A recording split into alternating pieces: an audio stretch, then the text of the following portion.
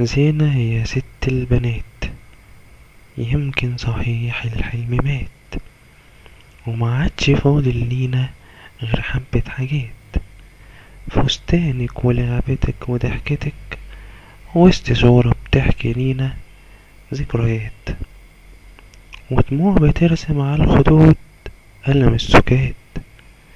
بس اللي هيصبرنا على حكم القدر ان انت كنت ملاك على ارض البشر، وخلاص بقيتي ملاك على كتف الخليل بيحفظ القرآن نبينا بصوت جميل.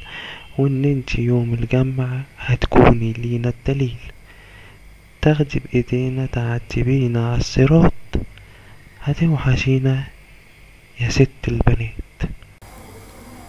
العمر عدى ولا لمحته، وابقوا افتكروني لو سمحتوا، وهاتولي حق يا مصريين